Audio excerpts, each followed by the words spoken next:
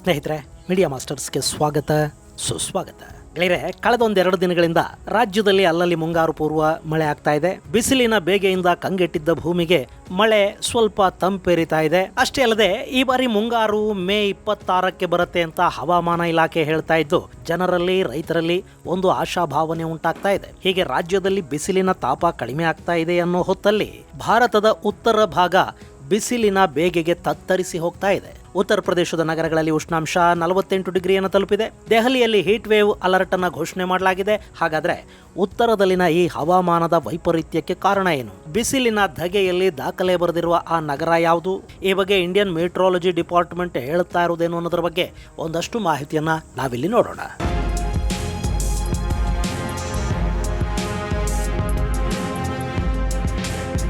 ಪ್ರಕೃತಿ ಅನ್ನೋದು ಹಾಗೇನೆ, ಅದನ್ನ ಪ್ರೆಡಿಕ್ಟ್ ಮಾಡೋದಕ್ಕೆ ಸಾಧ್ಯ ಆಗೋದಿಲ್ಲ. ಹವಾಮಾನ ಇಲಾಖೆಯ ತಜ್ಞರು ಏನೇ ಹೇಳಿದ್ರು ಕೂಡ ಪ್ರಕೃತಿ ತನಗೇನು ಬೇಕೋ ಅದನ್ನ ತನಗೆ ಹೇಗೆ ಬೇಕೋ ಹಾಗೆ ಮಾಡ್ಕೊಳ್ಳುತ್ತೆ ಅನ್ನೋದು ಸಾಕಷ್ಟು ಬಾರಿ ಸಾಬೀತಾಗಿದೆ. IMD ಮಳೆ ಆಗತ್ತೆ ಅಂತ ಹೇಳಿದಾಗ ಬಿಸಿಲು ಹೆಚ್ಚಾಗತ್ತೆ, ಕೆಲವೊಮ್ಮೆ ಬಿಸಿಲು ಭಾರಿ ಪ್ರಮಾಣದಲ್ಲಿ ಕಾಡುತ್ತೆ ಅಂತ ಅವರು ಹೇಳಿದ್ರೆ ಒಂದ್ 2 ದಿನಗಳಲ್ಲಿ ಧೂ ಅಂತ ಮಳೆ ಸುರಿದು ಇಳೆ ತಂಪಾಗಿದ್ದಿದೆ.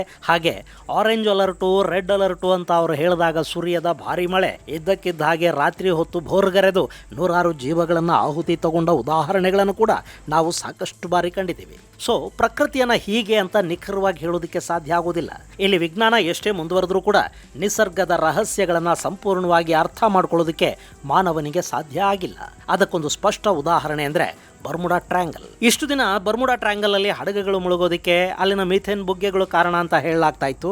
ಈಗ ಆ ಥಿಯರಿಗೆ ಮತ್ತೊಂದು ವಿಷಯ ಸೇರ್ಪಡೆ ಆಗಿದೆ. ಸಮುದ್ರದ ಆಳದಲ್ಲಿರುವ ವಿಶೇಷ ಬಂಡೆಯೊಂದರ ಕಾರಣದಿಂದ ಆ ಟ್ರ್ಯಾಂಗಲ್ ಅಷ್ಟೊಂದು ಭಯಾನಕ ಆಗ್ತಾ ಇದೆ ಅನ್ನೋದನ್ನ ಕೆಲ ಸಂಶೋಧಕರು ಹೇಳ್ತಾ ಇದ್ದಾರೆ. ಮುಂದಿನ 5-6 ವರ್ಷಗಳಲ್ಲಿ ಅಲ್ಲಿ ಮತ್ತೊಂದು ಥಿಯರಿ ಕೂಡ ಹುಟ್ಟಬಹುದು. ಯಾಕೆಂದ್ರೆ ಅಲ್ಲಿ ಇದು ಕಾರಣ ಇರಬಹುದು ಅಂತ ಹೇಳ್ತಾ ಇದ್ದಾರೆ ಹೊರತು ಇದೇ ನಿಖರ ಕಾರಣ ಅಂತ ಖಚಿತವಾಗಿ ಹೇಳೋದಕ್ಕೆ ಮನುಷ್ಯನಿಗೆ ಸಾಧ್ಯ ಆಗಿಲ್ಲ.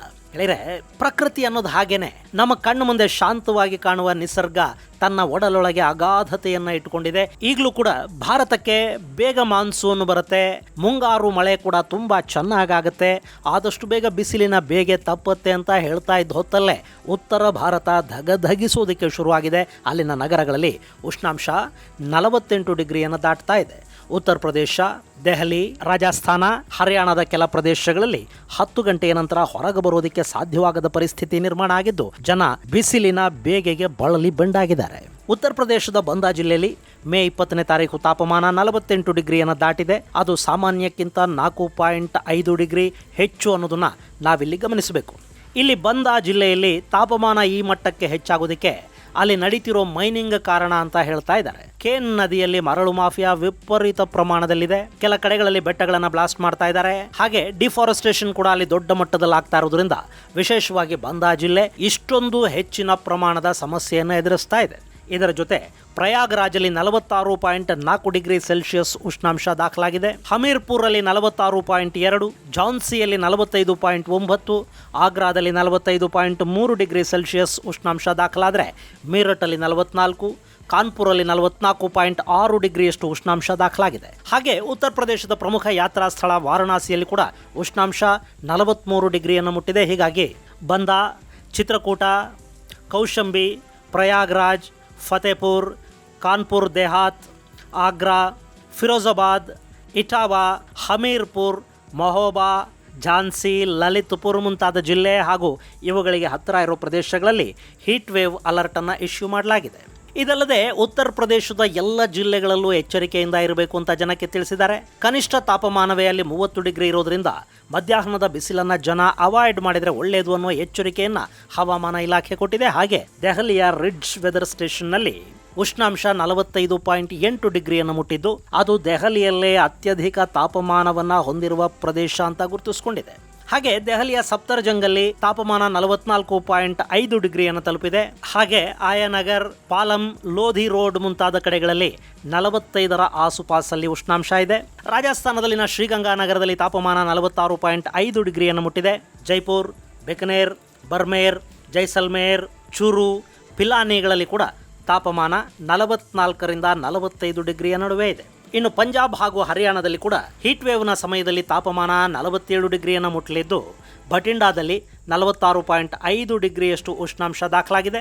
ಚಂಡೀಗಢದಲ್ಲಿ ಕೂಡ ಒಂದೇ ದಿನದಲ್ಲಿ ತಾಪಮಾನ 1.5 ಡಿಗ್ರಿಯಷ್ಟು ಹೆಚ್ಚಾಗಿದ್ದು, ಅಲ್ಲಿ 44.5 ಡಿಗ್ರಿಯಷ್ಟು ಉಷ್ಣಾಂಶ ದಾಖಲಾಗಿದೆ. ಇಲ್ಲಿ ವಿಚಿತ್ರ ಏನು ಗೊತ್ತಾ, ಹಿಮಾಚಲ ಪ್ರದೇಶದಲ್ಲಿ ಕೂಡ ತಾಪಮಾನ 40 ಡಿಗ್ರಿಯನ್ನು ಮುಟ್ಟಿದೆ. ತುಂಬ ತಣ್ಣಗಿರೋ ಪ್ರದೇಶ ಅಂತ ಕರೆಸಿಕೊಳ್ಳುವ ಶಿಮ್ಲಾದಲ್ಲಿ ಪಾದರಸ 30 ಡಿಗ್ರಿಯನ್ನು ಮುಟ್ತಾ ಇದೆ. ಉತ್ತರಾಖಂಡ್ ಕೂಡ ದೊಡ್ಡ ಮಟ್ಟದ ಉಷ್ಣಾಂಶವನ್ನು ಎದುರಿಸ್ತಾ ಇದೆ. ಡೆಹ್ರಾಡೂನ್ನಲ್ಲಿ 40.6 ಡಿಗ್ರಿಯಷ್ಟು ಉಷ್ಣಾಂಶ ದಾಖಲಾಗಿದೆ. ಇನ್ನು ಇಲ್ಲಿ ಕೇವಲ ಉತ್ತರ ಭಾರತ ಮಾತ್ರ ಅಲ್ಲ, ದಕ್ಷಿಣದಲ್ಲಿ ಕೂಡ ಪರಿಸ್ಥಿತಿ ಹೀಗೇ ಇದೆ. ಅದರಲ್ಲೂ ತೆಲಂಗಾಣದಲ್ಲಿ ಬಿಸಿಲಿನ ತಾಪ ಹೆಚ್ಚಾಗಿದೆ. ಅಲಿಪುರದಲ್ಲಿ 45.9 ಡಿಗ್ರಿಯಷ್ಟು ಉಷ್ಣಾಂಶ ದಾಖಲಾದರೆ, ನಲ್ಗೊಂಡಾದ ಕತ್ತನಂಗೂರಲ್ಲಿ 45.8 ಡಿಗ್ರಿಯಷ್ಟು ಉಷ್ಣಾಂಶ ದಾಖಲಾಗಿದೆ. ಇನ್ನು ನಮ್ಮ ಕಲ್ಯಾಣ ಕರ್ನಾಟಕ ಹಾಗೂ ಉತ್ತರ ಕರ್ನಾಟಕದ ಭಾಗದಲ್ಲಿ ಬಿಸಿಲಿನ ಝಳ ಹೇಗಿದೆ ಅನ್ನೋದನ್ನ ನೀವೇ ಕಾಮೆಂಟ್ ಬಾಕ್ಸಲ್ಲಿ ತಿಳಿಸಿ.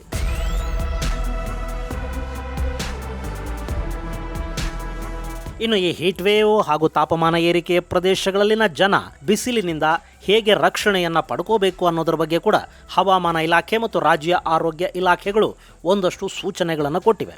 ಹೆಚ್ಚು ಖಾರದ ಪದಾರ್ಥಗಳನ್ನು ಅವಾಯ್ಡ್ ಮಾಡಿ. ಕಾಫಿ, ಟೀ, ಎನರ್ಜಿ ಡ್ರಿಂಕ್ಸ್, ಮದ್ಯಪಾನ ಇವೆಲ್ಲ ಆ ಕ್ಷಣಕ್ಕೆ ಸುಖ ಕೊಡಬಹುದು, ಆದರೆ ಅವು ಡಿಹೈಡ್ರೇಷನ್ಗೆ ಕಾರಣ ಆಗೋದ್ರಿಂದ ಅವುಗಳ ಸೇವನೆಯನ್ನು ಕಡಿಮೆ ಮಾಡಿ. ಚಿಪ್ಸ್ ಸೇರಿದಂತೆ ಪ್ರೋಸೆಸ್ಡ್ ಪಾಕೆಟ್ ಫುಡ್ಡನ್ನು ಅವಾಯ್ಡ್ ಮಾಡಿ ಅಂತ ಸೂಚನೆ ಕೊಡಲಾಗಿದೆ.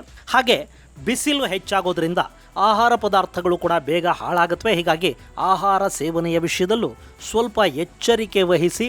ಇಲ್ಲದೇ ಇದ್ದರೆ ಫುಡ್ ಪಾಯ್ಸನಿಂಗ್ ಆಗೋ ಸಾಧ್ಯತೆ ಇರುತ್ತೆ. ಹಾಗೆ ಹೆಚ್ಚು ಪ್ರಮಾಣದಲ್ಲಿ ನೀರು ಕುಡಿರಿ ಮತ್ತು ನೀರು ಯಾವಾಗಲೂ ನಿಮ್ಮ ಕೈ ಅಳತೆಯ ದೂರದಲ್ಲೇ ಇರೋ ಹಾಗೆ ನೋಡ್ಕೊಳ್ಳಿ ಅಂತ ತಿಳಿಸ್ತಾ ಇದ್ದಾರೆ. ಇದೆಲ್ಲದಕ್ಕಿಂತ ಹೆಚ್ಚಾಗಿ ಬಿಸಿಲಿನ ಸಮಯದಲ್ಲಿ ನಮಗೆ ಶ್ವಾಸಕೋಶಗಳನ್ನು ಕಾಪಾಡ್ಕೋಬೇಕು ಅನ್ನೋ ಎಚ್ಚರಿಕೆಯನ್ನು ವೈದ್ಯ ಲೋಕ ಕೊಡ್ತಾ ಇದೆ. ನಮ್ಮ ರೆಸ್ಪಿರೇಟರಿ ಸಿಸ್ಟಮ್ ನಮಗೆ ಗೊತ್ತಿಲ್ಲದ ಹಾಗೆ ಹಾನಿಯಾಗುವ ಸಾಧ್ಯತೆ ಇರುತ್ತೆ. ಸಾಮಾನ್ಯವಾಗಿ ಬಿಸಿಲಲ್ಲಿ ನಾವು ಬೆವರೋದು ಕಾಮನ್ನು, ಅದು ನಮ್ಮ ಅನುಭವಕ್ಕೆ ಬರುತ್ತೆ. ಹಾಗೆ ಬೆವರು ಹೆಚ್ಚಾದಾಗೆ ನಾವು ಕುಡಿಯುವ ನೀರಿನ ಪ್ರಮಾಣ ಕೂಡ ಹೆಚ್ಚಾಗ್ತಾ ಇರುತ್ತೆ.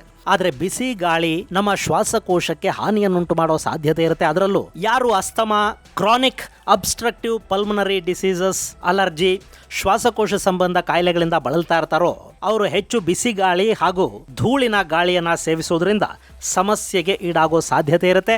ಅಂಥವರು ಬಿಸಿಲಿರುವ ಸಮಯದಲ್ಲಿ ಹೊರಗೆ ಹೋಗೋದನ್ನ ಅವಾಯ್ಡ್ ಮಾಡಿದರೆ ಒಳ್ಳೆಯದು. ಇಲ್ಲ ಹೋಗಲೇಬೇಕು ಅನ್ನೋದಾದರೆ ಕಂಫರ್ಟ್ ಅನ್ಸೋ ಥರದ ಮಾಸ್ಕ್ಗಳನ್ನು ಧರಿಸಿದರೆ ಶ್ವಾಸಕೋಶ ಸಂಬಂಧಿ ಸಮಸ್ಯೆಗಳಿಂದ ದೂರ ಇರೋದಕ್ಕೆ ಸಾಧ್ಯ ಆಗುತ್ತೆ ಅಂತ ಹೇಳ್ತಾ ಇದ್ದಾರೆ. ಇಲ್ಲಿ ಉಷ್ಣಾಂಶ ಹೆಚ್ಚಾಗಿರುವ ಸಂದರ್ಭಗಳಲ್ಲಿ ನಮ್ಮ ದೇಹ ಉಷ್ಣಾಂಶವನ್ನ ಕಾಪಾಡಿಕೊಳ್ಳುವ ನಿಟ್ಟಲ್ಲಿ ಹೆಚ್ಚು ಕೆಲಸ ಮಾಡ್ತಾ ಇರುತ್ತೆ. ಹೀಗಾಗಿನೇ ನಮ್ಮ ದೇಹದಲ್ಲಿನ ರಕ್ತ ಚಲನೆ ಹೆಚ್ಚಾಗಿರುತ್ತೆ. ಹಾಗೆ ನಾವು ಬೆವರೋದಕ್ಕೆ ಶುರು ಮಾಡ್ತೀವಿ. ಆ ಸಂದರ್ಭದಲ್ಲಿ ನಮ್ಮ ಹೃದಯ ಬಡಿತ ಕೂಡ ಹೆಚ್ಚಾಗಿರುತ್ತಂತೆ. ಹೀಗಾಗಿ ನಮ್ಮ ದೇಹಕ್ಕೆ ಹೆಚ್ಚಿನ ಪ್ರಮಾಣದ ಆಕ್ಸಿಜನ್ ಬೇಕಾಗುತ್ತೆ. ಅದನ್ನು ತುಂಬಿಕೊಡೋದಕ್ಕೆ ಶ್ವಾಸಕೋಶಗಳು ಕೆಲಸ ಮಾಡೋದಕ್ಕೆ ಶುರು ಮಾಡುತ್ತವೆ. ಆ ಸಂದರ್ಭದಲ್ಲಿ ಶ್ವಾಸಕೋಶಗಳ ಮೇಲೆ ಒತ್ತಡ ಹೆಚ್ಚಾಗುತ್ತೆ. ಹೀಗಾಗಿ ಹೆಚ್ಚು ಬಿಸಿಲಿರುವ ಕಡೆಗಳಲ್ಲಿ ಲಂಗ್ಸ್ಗೆ ಸಂಬಂಧಪಟ್ಟ ಕಾಯಿಲೆಗಳಿರುವವರು ಎಚ್ಚರಿಕೆಯಿಂದ ಇರಿ ಅಂತ ಆರೋಗ್ಯ ಇಲಾಖೆ ಹೇಳ್ತಾ ಇದೆ. ಗೆಳೆಯರೆ, ಉತ್ತರ ಭಾರತದ ಹವಾಮಾನವೇ ಹಾಗೆ. ಅಲ್ಲಿ ಎಲ್ಲವೂ ಎಕ್ಸ್ಟ್ರೀಮ್ ಆಗೇ ಇರುತ್ತೆ. ಬೇಸಿಗೆಯಲ್ಲಿ ಬಿಸಿ ಹೆಚ್ಚಾಗಿ ಹೀಟ್ ವೇವ್ ಸಮಸ್ಯೆ ಕಂಡುಬರುತ್ತೆ. ಹಾಗೆ ಚಳಿಗಾಲದಲ್ಲಿ ಅಲ್ಲಿ ವಾತಾವರಣ ತುಂಬಾ ತಣ್ಣಗಾಗುತ್ತೆ. ಅದರ ಜೊತೆ ಕೋಲ್ಡ್ ವೇವ್ನ ಸಮಸ್ಯೆ ಕೂಡ ಶುರುವಾಗುತ್ತೆ. ಇನ್ನು ದೆಹಲಿ ಹಾಗೂ ಅದರ ಸುತ್ತಮುತ್ತಲಿನ ನಗರಗಳ ಹವಾಮಾನ ಈಗಾಗಲೇ ತುಂಬಾ ಹದಗೆಟ್ಟಿರೋದ್ರಿಂದ ಬೇಸಿಗೆ ಮತ್ತು ಚಳಿ ಎರಡೂ ಕೂಡ ಅಲ್ಲಿನ ಜನರಿಗೆ ನರಕ ತೋರಿಸುತ್ತವೆ. ಇನ್ನು ಇದೆಲ್ಲವೂ ಸರಿ ಹೋಗಬೇಕು ಅಂದರೆ ಉತ್ತರ ಭಾರತ ಇನ್ನು ಕನಿಷ್ಠ 20 ದಿನಗಳ ಕಾಲ ಕಾಯಬೇಕು. ಅಲ್ಲಿ ಕೂಡ ಒಮ್ಮೆ ಮಳೆ ಶುರುವಾದರೆ ಈ ಸಮಸ್ಯೆಗಳು ಸ್ವಲ್ಪ ಮಟ್ಟಿಗೆ ಕಡಿಮೆ ಆಗುತ್ತವೆ. ಆದರೆ ಮಳೆ ಅಲ್ಲಿ ಪ್ರವಾಹವನ್ನು ತರುತ್ತೆ, ಅದು ಮತ್ತೊಂದು ಸಮಸ್ಯೆಯನ್ನು ಸೃಷ್ಟಿ ಮಾಡುತ್ತೆ. ಇನ್ನು ಸದ್ಯಕ್ಕೆ ನಮ್ಮ ದಕ್ಷಿಣ ಭಾರತದಲ್ಲಿ ಮಳೆ ಸಮೃದ್ಧವಾಗಿ ಆಗುತ್ತೆ ಅಂತ ಹವಾಮಾನ ಇಲಾಖೆ ಹೇಳಿದ್ದು ಈ ವಿಷಯದಲ್ಲಿ ನಿಜ ಆಗಲಿ ಅಂತ ನಾವೆಲ್ಲ ಬಯಸೋಣ. ಇದು ಗೆಳೆಯರೆ, ದಕ್ಷಿಣದಲ್ಲಿ ಮಳೆ ಶುರುವಾಗೋ ಹೊತ್ತಿಗೆ ಉತ್ತರದಲ್ಲಿ ಹೀಟ್ ವೇವ್ ಸಮಸ್ಯೆ ಕಾಣಿಸ್ಕೊಳ್ತಾ ಇರೋದ್ರ ಕುರಿತಾದ ಒಂದಷ್ಟು ಮಾಹಿತಿ. ಮುಂದಿನ ಸಂಚಿಕೆಯಲ್ಲಿ ಮತ್ತಷ್ಟು ವಿಶೇಷಗಳ ಜೊತೆ ಮತ್ತೆ ಭೇಟಿಯಾಗೋಣ. ಅಲ್ಲಿವರೆಗೆ ಜೈ ಹಿಂದ್, ಜೈ ಕರ್ನಾಟಕ.